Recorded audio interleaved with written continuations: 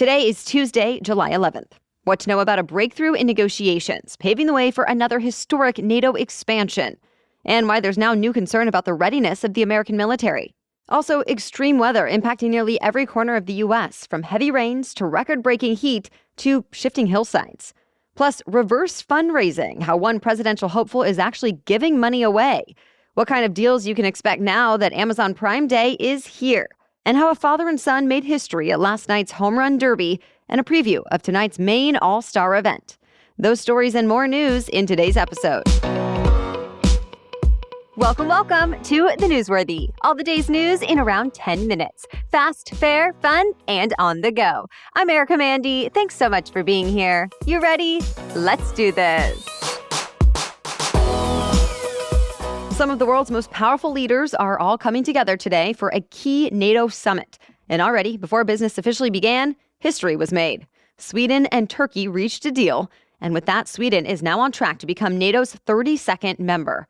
Of course, NATO is an alliance between certain countries in North America and Europe, and the main goal is to ensure the security and freedom of all members by political and military means. You'll remember Turkey had spent a year blocking Sweden's application, saying the country harbored militants that Turkey views as terrorists. And for a new country to join NATO, all other members have to accept it. So Sweden made quite a few concessions to Turkey. It amended its constitution, making it possible to pass tougher anti-terror laws. And then it did just that, expanded its counterterrorism operation and resumed arms exports to Turkey. NATO's leader called this a historic step, but also said there's so far not a clear date for when Sweden will officially become a member, since there are still some procedural hurdles ahead. When it does happen, leaders say it will really shore up the alliance's defenses, since both Sweden and NATO's other new member, Finland, sit between Russia and the rest of NATO. And they both have strong militaries, complete with hundreds of warplanes and tanks and tens of thousands of soldiers. The NATO summit will also focus on other key issues. NATO is conducting the biggest revamp of its defense plan since the Cold War, just in case Russia decides to widen the conflict outside Ukraine. Allies are expected to talk about ways to further support inside Ukraine, too. To be continued. It's already been a wild week for severe weather across the U.S. For starters, the Northeast has been dealing with heavy rain and dangerous flooding. People have had to be rescued from cars, trees, and homes. At least one person died in floodwaters in New York, and others are still missing. Homes and businesses were damaged, and roads and bridges were washed out. As of this morning, the rain is finally starting to subside. Meanwhile, the southern U.S. is on alert for dangerous heat. Extremely high triple-digit temperatures are impacting millions of people from parts of California to Florida, and the heat is expected to stay throughout the week. For Phoenix, this could be record-breaking, since it's possible the city sees 18 straight days of temps above 110 degrees. By the weekend, this heat wave could end up stretching even further into the plains. And finally, we want to tell you about a natural disaster happening in Southern California. A dozen hilltop homes in one of the most affluent areas of LA County were collapsing into a canyon yesterday. Officials say California's disastrously wet winter may be to blame for saturating soils in the area, but the exact cause still isn't clear yet. Thankfully, people had already evacuated their homes, so no injuries have been reported. The disgraced sports doctor who was convicted of sexually abusing young gymnasts was attacked in prison. The president of a local correction officers union told CNN another inmate stabbed Larry Nassar 10 times at a federal prison in Florida, in the neck, back, and chest. He credited correction officers with saving Nassar's life and getting him to a hospital, even though they're stretched thin. No other inmates or guards were hurt, but now an internal investigation is underway. Nassar is spending the rest of his life in prison for sexually abusing young athletes under the guise of medical treatment at Michigan State University and USA Gymnastics, and for having child porn. Originally, Nassar was sent to a prison in Arizona and was attacked there, which is why he had to move to Florida. Now, sources tell news outlets he'll have to be moved again. For the first time in more than a century, the Marine Corps is without a confirmed leader. General David Berger is retiring and formally relinquished command this week. And the general who was supposed to take the reins is still in the number 2 position. The issue is one senator is blocking all military nominations. Alabama's Tommy Tuberville has already kept 265 of them from moving forward. It's to protest the military paying for travel costs for service members to get abortions.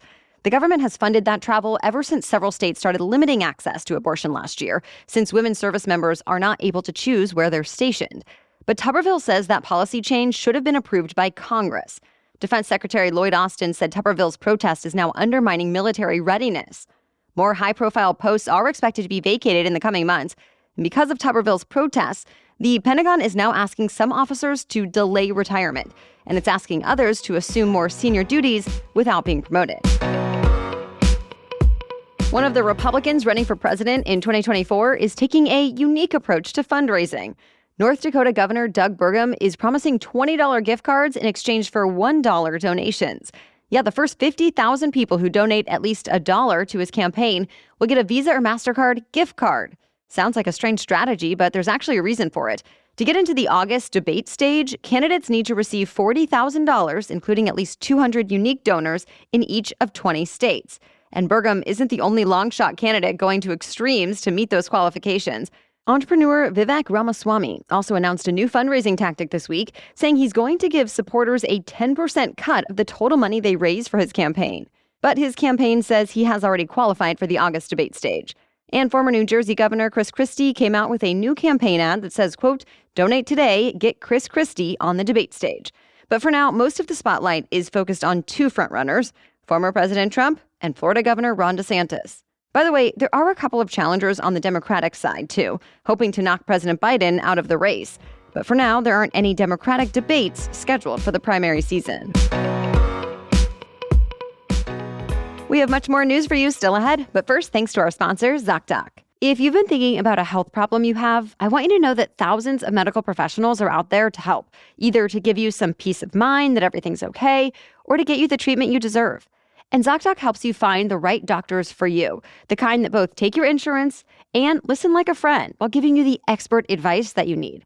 ZocDoc is the only free app that lets you find and book doctors who are patient-reviewed, take your insurance, are available when you need them, and treat almost every condition under the sun.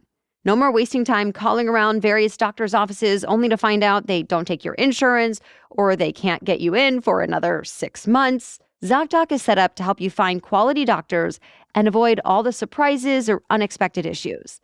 Go to ZocDoc.com/newsworthy and download the ZocDoc app for free. Then find and book a top-rated doctor today. Many are available within 24 hours.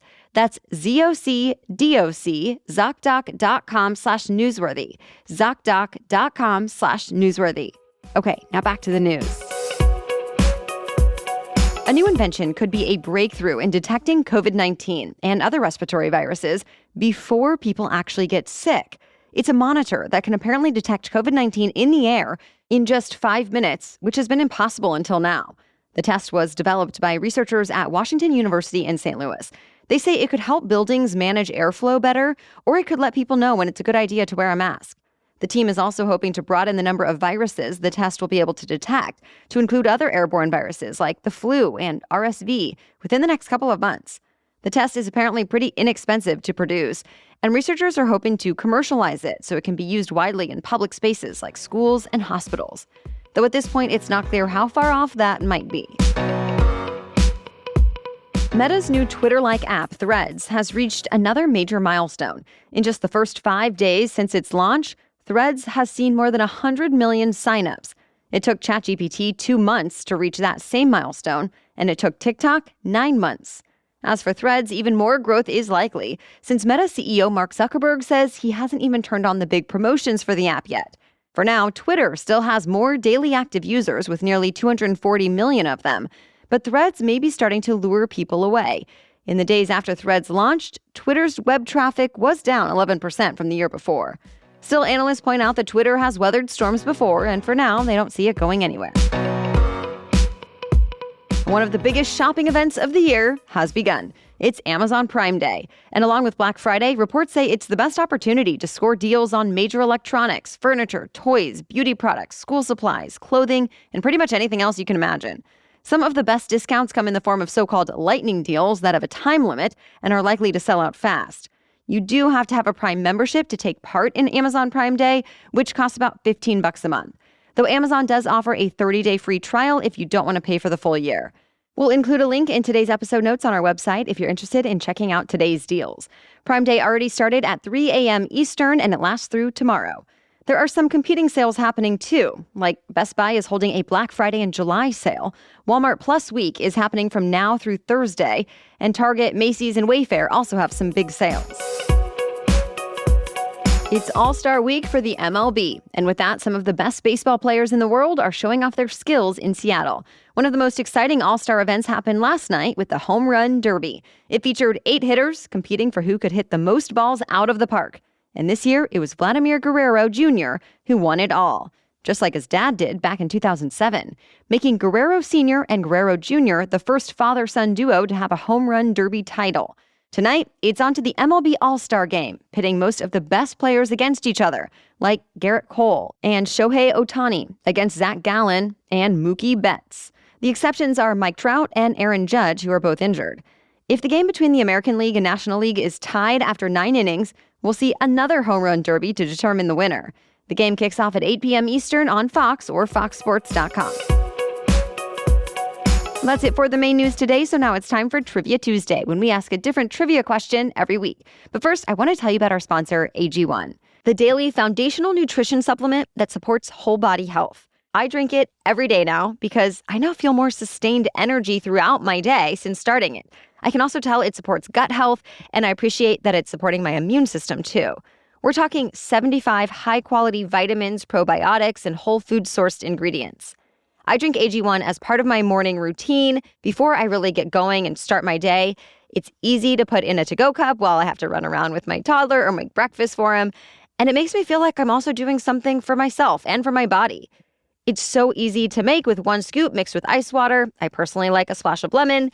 And in that moment, I have started the day on the right foot.